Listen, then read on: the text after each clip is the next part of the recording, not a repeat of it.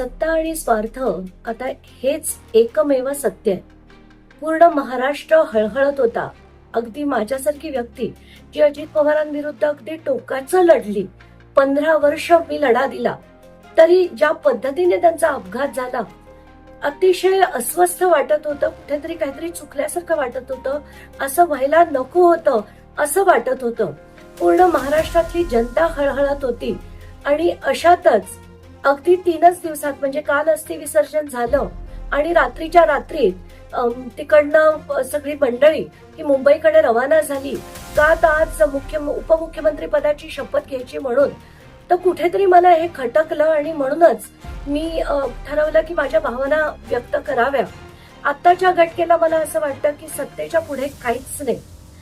ना भावना आहेत, ना आपलेपणा आहे, म्हणजे कुटुंबाला पण नाहीये आणि त्यांच्याबरोबर काम करणाऱ्या लोकांना पण नाहीये. इतके वर्ष ज्या व्यक्तीबरोबर काम केलं, इतकी काय घाई झाली की त्या व्यक्तीला आपण 3 दिवसात त्याला लोटून पुन्हा सत्तेकडे वाटचाल करावी. सगळं बघून खूप मन अस्वस्थ झालं. कुठेतरी असं वाटतं की सत्ता आलीच असती. उपमुख्यमंत्री जर सुनेत्रा पवार झाल्या असत्या, सगळ्यांनाच आनंद झाला असता की पहिली महिला एक उपमुख्यमंत्री झाली. पण इतकी घाई न करता थोडंसं थांबून जर केलं असतं तर हे जास्त बरं झालं असतं. पण आत्ताच्या घटनेला मला याच्या मागे फक्त भाजपचा सत्ता संघर्ष दिसतोय. त्यांना कुठच्याही परिस्थितीत राष्ट्रवादी पण संपवायची आणि शिंदे गट पण संपवायचा आहे. आताच्या घटनेला राष्ट्रवादीत ही उभी फूट आपल्याला दिसली. कारण शरद पवारांचं स्टेटमेंट आलं की ही कल्पना मला पुसट सुद्धा नव्हती. आज शपथविधी होतोय हेही मला माहित नव्हतं. त्यामुळे विलिनीकरणाच्या चर्चा आहेत त्या थोड्या कुठेतरी बाजूला राहत आहेत. आत्ताच्या घटनेला भाजपनी केलेलं एक मोठं षडयंत्र आहे की सगळ्यांना फोडा.